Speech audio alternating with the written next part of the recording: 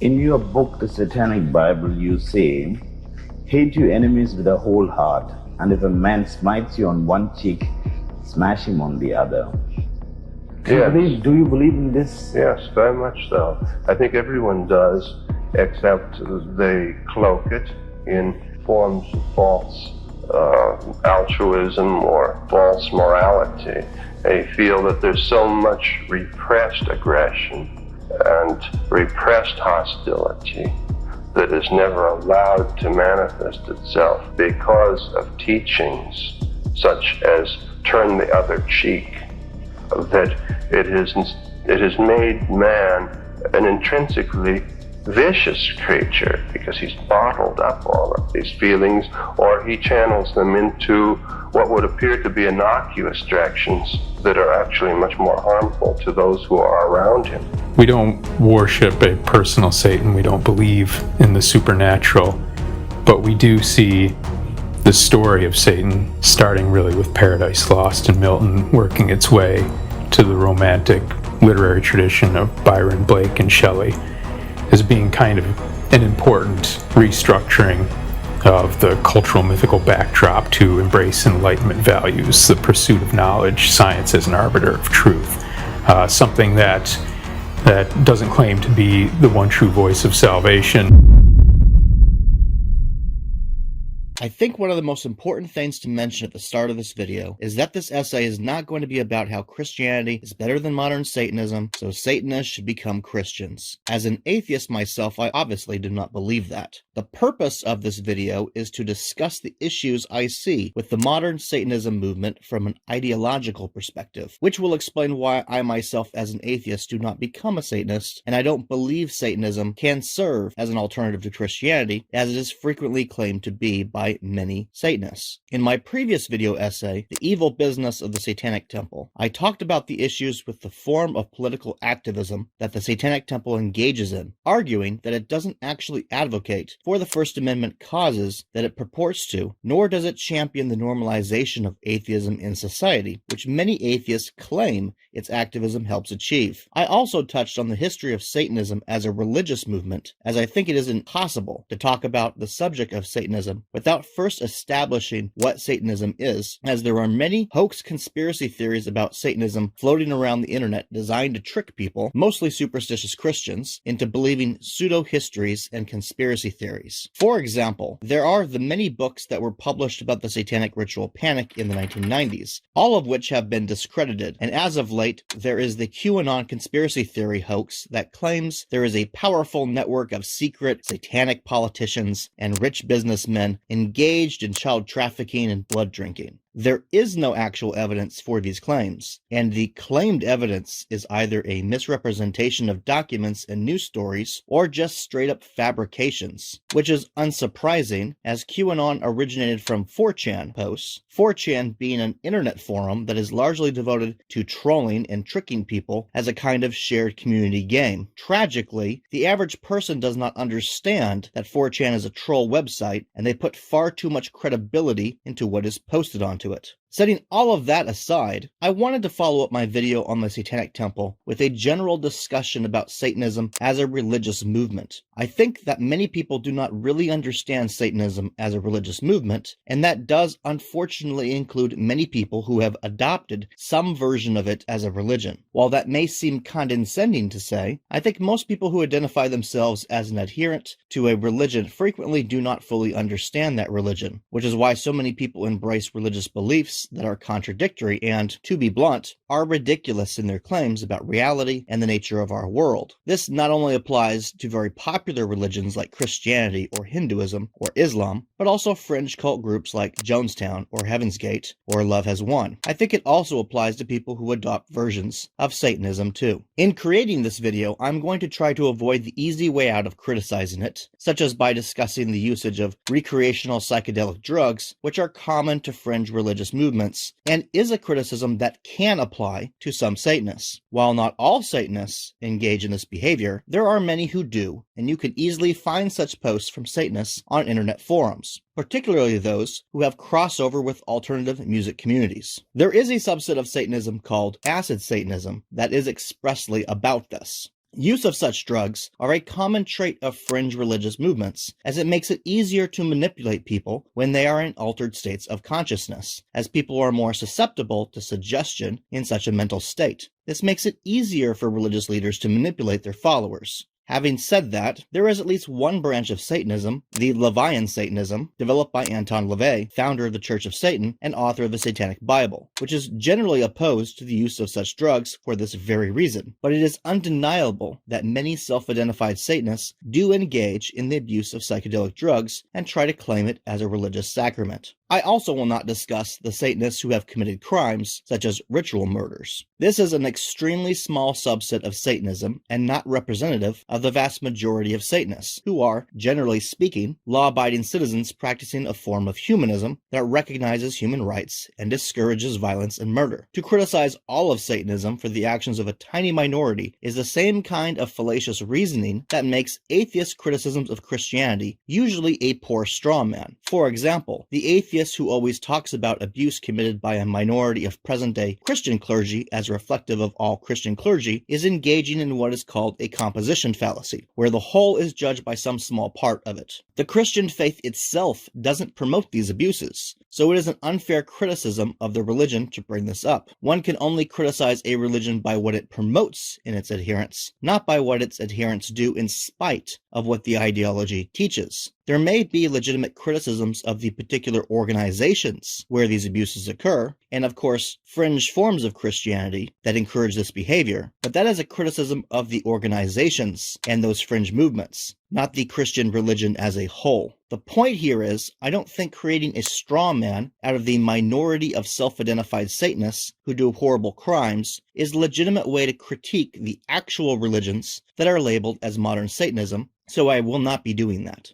The reason I don't want to take the easy ways out of criticizing Satanism as a modern religious movement is because I don't think focusing on these easy things is best engaging with the core philosophical arguments that Satanism religious movements make in justifying their brands of Satanism as a religious alternative to mainstream religions. Mostly, Satanism is proposed an alternative to Christianity, and this is no doubt because Satanism originated in Christian superstitious beliefs from the Middle Ages, and was not a real religious movement until the late 19th century, when the literary depiction of Lucifer as a character in John Milton's Paradise Lost, written in 1667, became popular among anarchists with occultic tendencies, resulting in what is now referred to as Luciferianism. From the late 1960s to the 1990s, Anton LaVey popularized some of these anarchist, occultic, Luciferian ideas under the label of Levian Satanism, or at least as categorized today as Levian Satanism, which he developed as an organized religious movement with his founding of the Church of Satan in 1966 and the publishing of his Satanic Bible in 1969. All modern forms of Satanism owe something to the Satanism popularized by the Church of Satan, and can generally be classified as two broad categories: theistic Satanism, where Satan is believed by followers to be a real entity and worshipped with ritual, and non-theistic Satanism, where Satan is considered more of a mascot to represent individualism and rebellion to perceived oppressive religious orders like Christianity, and rituals are performed more as a form of therapeutic performance art than a magical ritual intended to create paranormal change. The theistic versions of Satanism are far less popular than the non-theistic atheist versions of Satanism, so I will primarily be discussing the popular kind, although some of my comments may apply to theistic Satanists as well. Now, with that introduction out of the way to explain what this video is going to be about, let's talk about why I believe Satanism is not an alternative to religions like Christianity. Reason number one: Satanism depends on Christianity to exist. As mentioned before, the term Satanism was not invented by modern Satanists. It was invented by Christians hundreds of years ago to accuse people with other religious beliefs, primarily Muslims, Jews, and various surviving pagan sects, of worshiping Satan over the Christian God so they could be charged under heresy laws. The primary symbol used by modern Satanists, the sigil of Baphomet, is also based on the modern Christian superstitious belief that Satanists use a pentagram as a symbol, and this belief seems to primarily come from movies produced over the past century, In reality, the pentagram is an ancient symbol used by many different religious groups, including both Jews as the Seal of Solomon, and even by Christians too, as a symbol to represent the 5 wounds of Jesus Christ. As an example, the north rose of the Cathedral Basilica of Our Lady of Amiens features an inverted pentagram as its central motif to represent the Holy Spirit descending down on humans. This church was built in the 13th century. Notably, the 14th century Christian allegory poem Sir Gawain and the Green Knight features the hero Gawain, one of King Arthur's knights, using a pentagram as a sigil for his shield to represent both Christianity and the 5 virtues of knightly chivalry. Baphomet,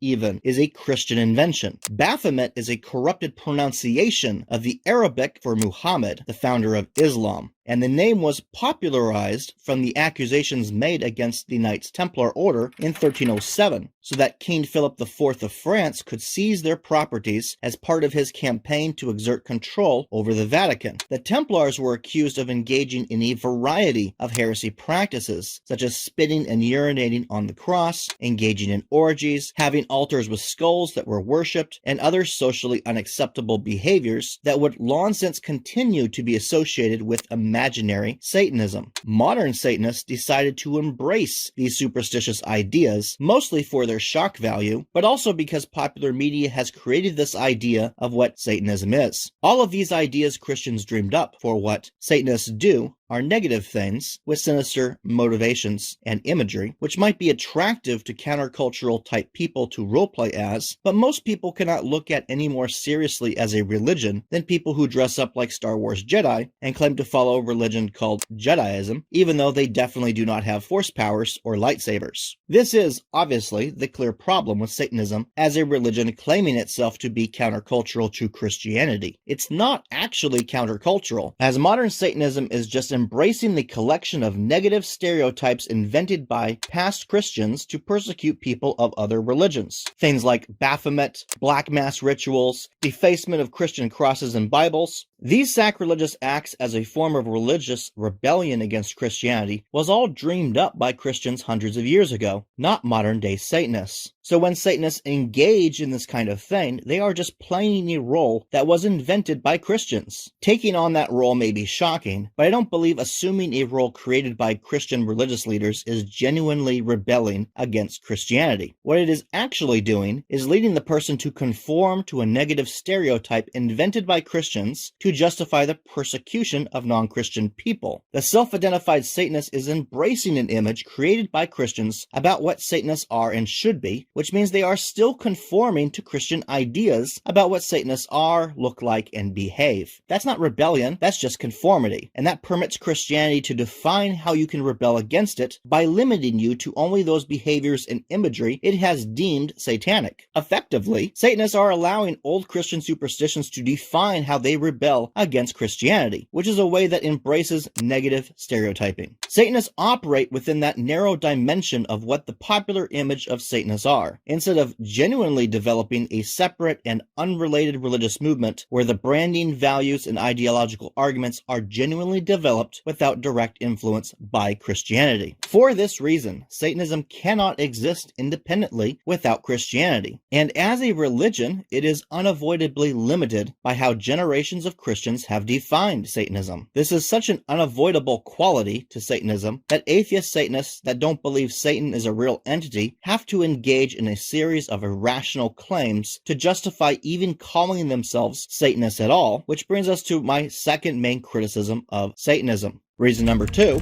Satanists who don't believe Satan is real aren't genuine Satanists at all. The entire purpose behind Christians calling their made-up enemy religion Satanism is because the Satanist is a worshiper of Satan, who is viewed as a real supernatural entity that serves as the incarnation of evil in the Christian mythology. While there have been various ideas over the centuries about who exactly Satan is and what precise role he plays in the Christian cosmology that have evolved over time, the general idea is that Satan is an actual real entity that can do harm to Christians, and which Satanists worship to gain power and wealth.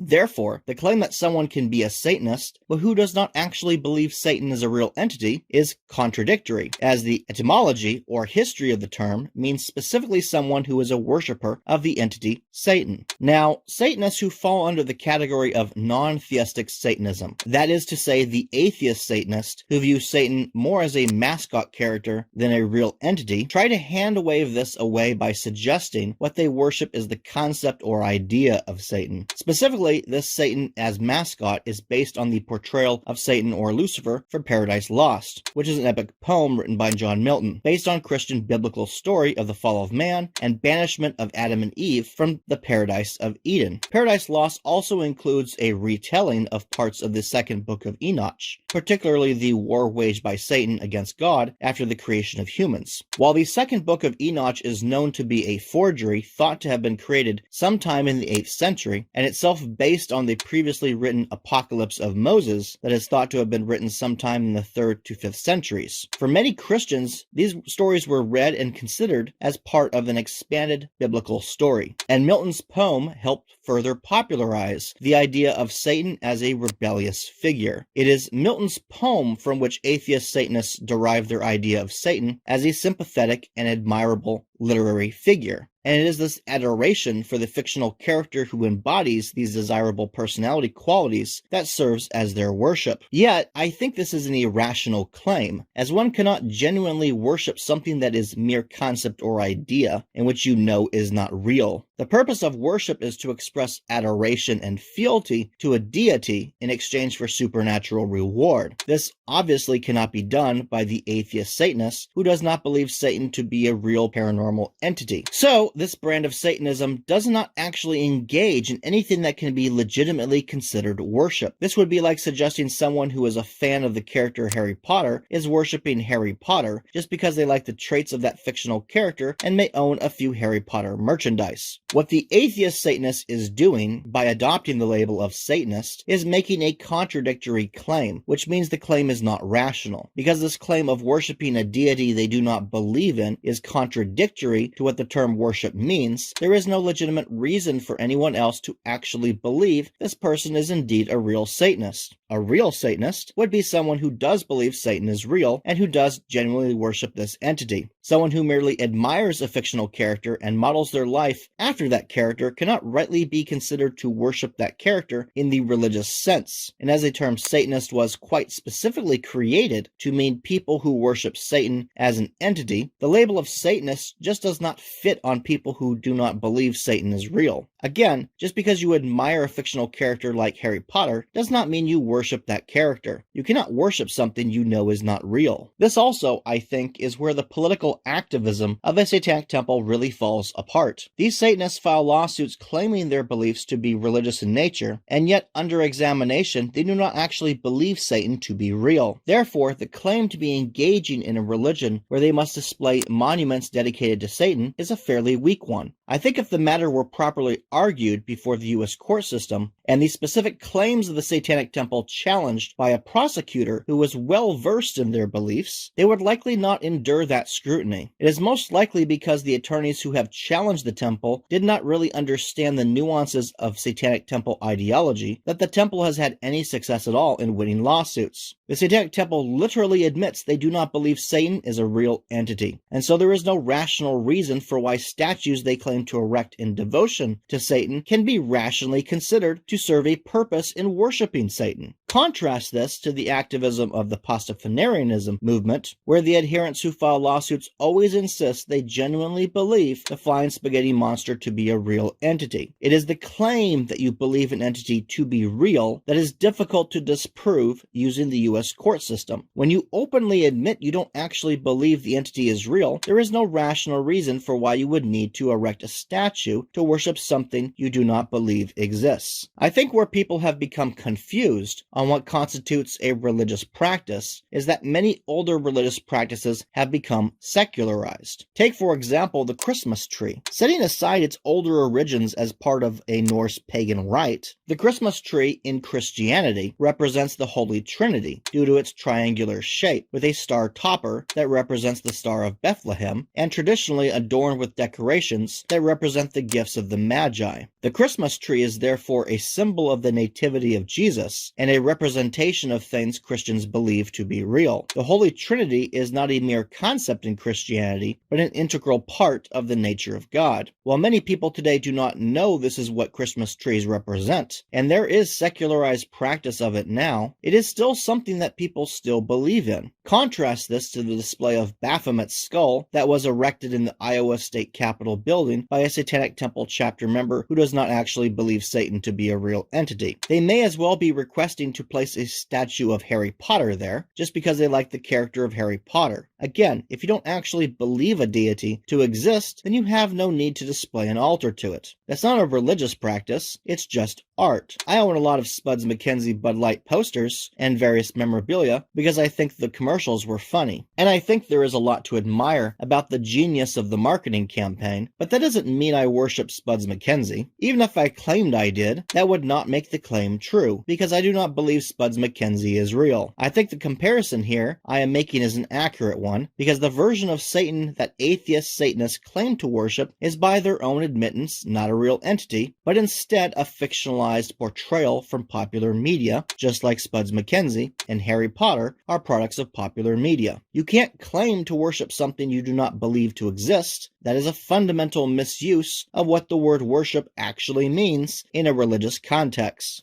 Reason number 3. The philosophy of atheist Satanism is self-contradictory. Looking at the beliefs of atheist Satanists in both Levi and the Satanic Temple camps, you will quickly detect a number of self-asserted beliefs that contradict the actual actions that these groups officially endorse their members to take. I talked already about the contradictory behavior of the Satanic Temple and how it purports to champion reason and science, but that its activism actually ignores the rules of logic, and their claims about things such as abortion being a religious practice are fundamentally not based in scientific evidence. I would further argue that the Satanic Temple's endorsement of elements of critical queer theory, particularly the ideology concerning transgenderism, where gender is considered to be self-defining and not biologically based, to be contradictory to their claim to use science as the best metric by which to inform decision-making. But the contradictions within critical queer theory is a subject better explored in a video devoted to the topic. Instead, I will discuss the foundational ideological components that allow for these other contradictory add-ons, if you will, like critical queer theory, to become part of the philosophical framework of some atheist Satanism. At its foundation, atheist Satanism is built on rational egoism. This is for two main reasons. Firstly, atheist brands of Satanism, while organized as a religious movement, have a strong anarchist strain to them that discourages collectivism. This makes it an individualism form of philosophy, where a moral stance is taken to suggest individuals have inherent worth and prioritization of accomplishing personal goals over collective ones. Assessment of the writings of both the Church of Satan and the Satanic Temple leaves me with the conclusion the brand of individualism is rational egoism, as both advocate for the employment of logic and science to inform decisions that will primarily benefit the individual in their pursuit of pleasure. Rational egoism also falls under the category of hedonism, which is a branch of philosophy that suggests the pursuit of one's own pleasure is the highest moral good. Pleasure, of course, can be defined in various ways, but all forms of this belief are hedonism. It's easy to understand why these atheist brands of Satanism fall into these philosophical schools of thought, as the original Christian created concept of Satanism is one that is individualistic and rejects the collectivism nature of Christianity that encourages the individual to conform to its dogma as a means of establishing social order. Christianity also promotes submission to the Christian God and contains elements of Stoicism in that adherents are discouraged from indulging in passions and pleasures as a means of taming primitive animalistic impulses, which are viewed as manifestations of sin, and the highest good is viewed as compliance with religious laws. So the opposite of what Christianity promotes is individualism, egoism, and hedonism, which is what superstitious Satanism was viewed as, and is what modern Satanism has conformed itself to in order to meet that expectation based on the superstitions. Individualist ideological frameworks, strictly speaking, tend to be impractical when attempted. While they tend to make for appealing ideological frameworks, No human can actually live as an individual who can prioritize only their own personal goals over that of the collective community they belong to. This is because humans are born into this world as part of a collective, and we live in a collective until the day we die. Even those people who later, as adults, choose to live a remote life as a hermit among nature still depend upon the laws of the countries they live in and the technological infrastructure such as public roads, law enforcement, and markets in order to have that life as a hermit. The best compromise between individualism and collectivism is classical liberalism, where the collective established a constitutional government from elected members of the collective to protect the rights of individuals within that collective. Classical liberalism is what the vast majority of modern-day republics use as the basis of their government. However, atheist Satanists often tend to lean ideologically more toward anarchism than liberalism, even though they live nearly exclusively in classical liberal countries where they benefit from that collectively created liberty. Admittedly, this is not a criticism exclusive to Satanists, as it largely applies to the political left in general, which Satanists align with. Leftism is often misunderstood, so it's worth establishing that what I mean by leftism is progressivism, not liberalism.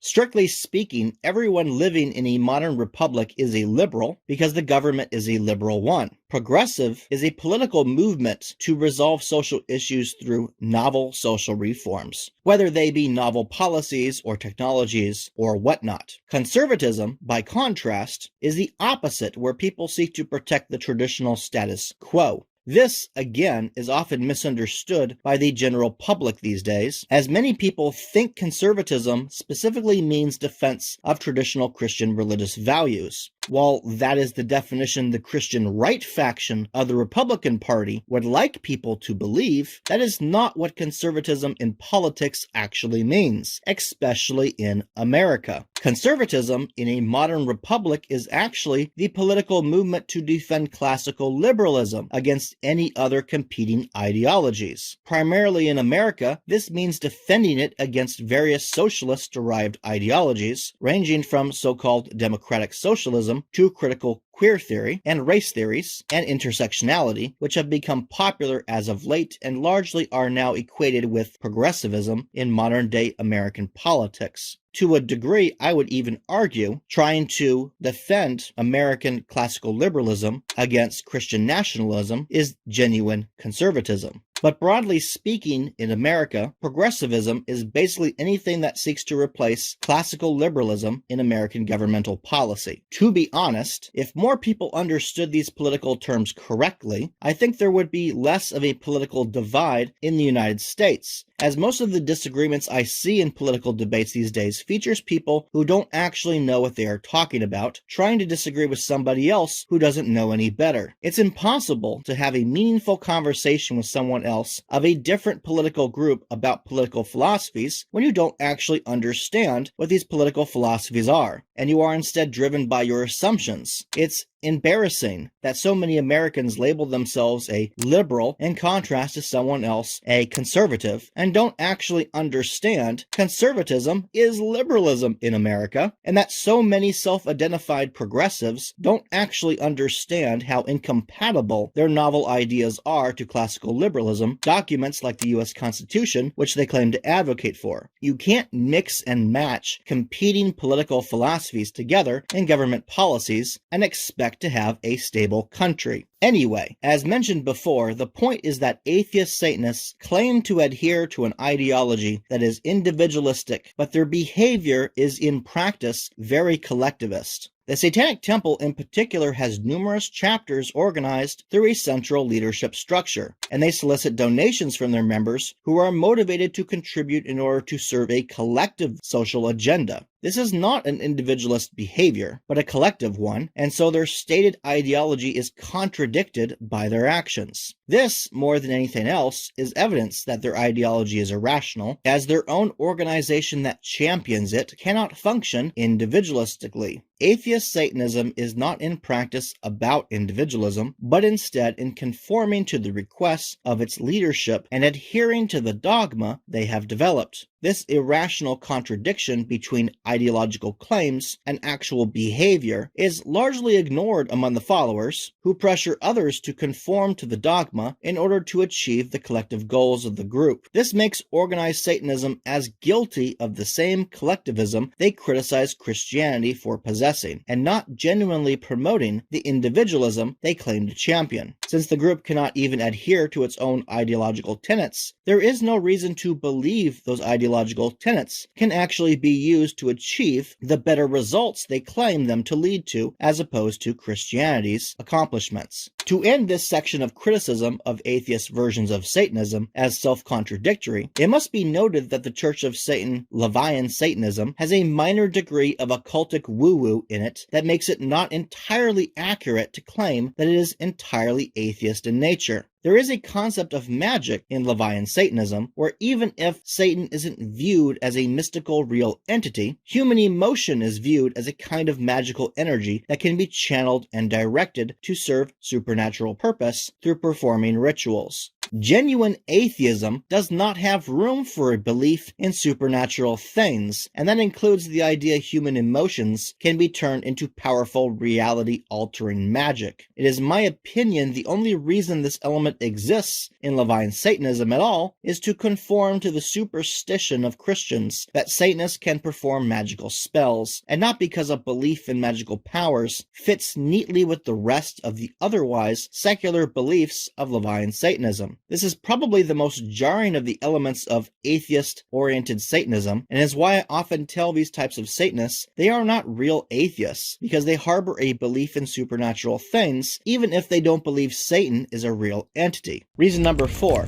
People primarily become Satanists in response to Christianity. I believe that modern Satanism is a bizarre religion in that it was expressly created as a means of protest against Christianity. It's not that it was developed wholly independent of Christianity, since, as I explained before, it definitely was not. Satanism is designed to conform to old Christian superstitious ideas about who Satanists are and what activities they engage in, and the values they believe in. While it can be viewed as a means of rebellion against Christianity by intentionally embracing those negative ideas, I don't believe it genuinely is, since the adherent is conforming to a role that has been pre-created by Christian religious leaders of what a Satanist is. The motivation for why a person would adopt this negative stereotype role willingly is because they want to make an act of defiance against Christianity. This is frequently referred to as committing blasphemy within Satanist groups. Committing these acts of blasphemy as a cathartic release of frustrations with Christianity is a major part of the modern Satanist movement. Unfortunately, this too is just a means of the Satanists defining themselves expressly by what Christianity is not, and so they pigeonhole themselves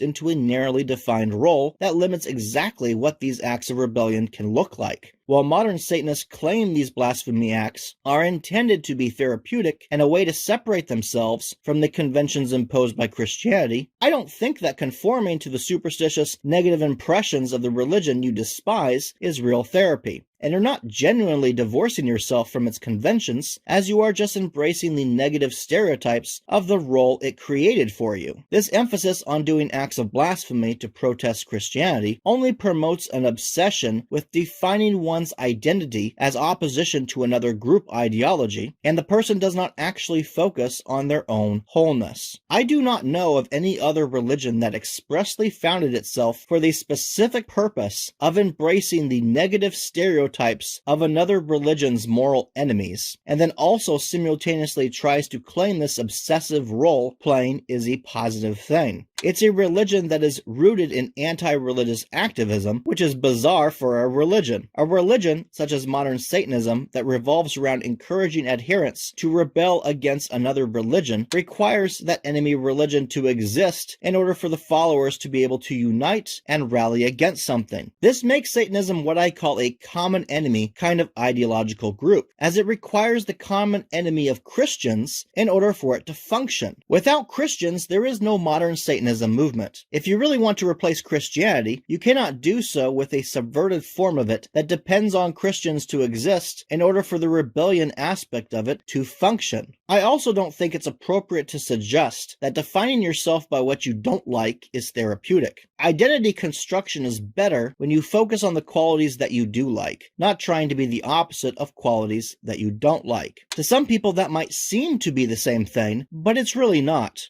And modern Satanism is a good example of this. Many of the self-proclaimed Satanists claim that they do not like the collectivist attributes of Christianity because they say that it is authoritarian. But in response, they have basically created new kinds of dogma, which itself is very authoritarian. The disagreements between different Satanist groups over who is a real true Satanist and who is not is a good example of what I'm talking about here. It's not genuinely individualist if it's in fact creating new kinds of collectivism that can be viewed as authoritarian and encouraging its members to conform to dogma of what a true Satanist should be, and then having little cultural disputes between that. I could further criticize the elements of atheist Satanism, such as its adoption of Marxist-derived frameworks like critical race and queer theories, at least the Satanic Temple version, or discuss the ethical issues that hedonism brings about in a collective society, such as every human must live in, but I think I have already demonstrated the reasons why Satanism doesn't make a good alternative to Christianity. For a refresh, I discussed how Satanism cannot exist independently of Christianity because it is defined by its opposition to it, and also because the very idea of it originates from the Christian religion. I also discussed how the claims of atheist Satanists don't actually make any rational sense, as you cannot worship something you don't believe exists. And lastly, I pointed out that organized Satanist religious groups are by necessity collectivist conformers, not individualists, and so they don't even adhere to the ideology they claim to endorse and are guilty of the same collectivism they criticized in Christianity. Instead of obsessing over how they can make anti-Christian acts of defiance, the Satanists would be much better off focusing on new identity creation that is independent of Christian notions of what someone who is not a Christian is. As an example, when I developed my chivalric humanism brand of secular atheism, I looked at the traditional chivalric virtues of knighthood and reconsidered them in a humanistic context, absence the existence of a deity. The traditional knightly virtues were in fact adoptions from older Greek and Roman ideas of virtues, and I simply approached them from this original perspective, which naturally means they would no longer be bound by ideas such as piety to God or obedience to a church. I didn't expressly set out to create a non-Christian concept of knighthood, but rather I instead set out to create a humanistic knighthood focused on service to humankind for the sake of humans. There are some common behaviors that my chivalric humanism encourages in its adherents that are also commonly promoted in Christianity, but this is not because they were copied from Christianity, but rather because these are universal behaviors to most all religions that aim to promote ordered, virtuous societies. If you'd like to know more about philosophy, I would recommend purchasing a copy of my book,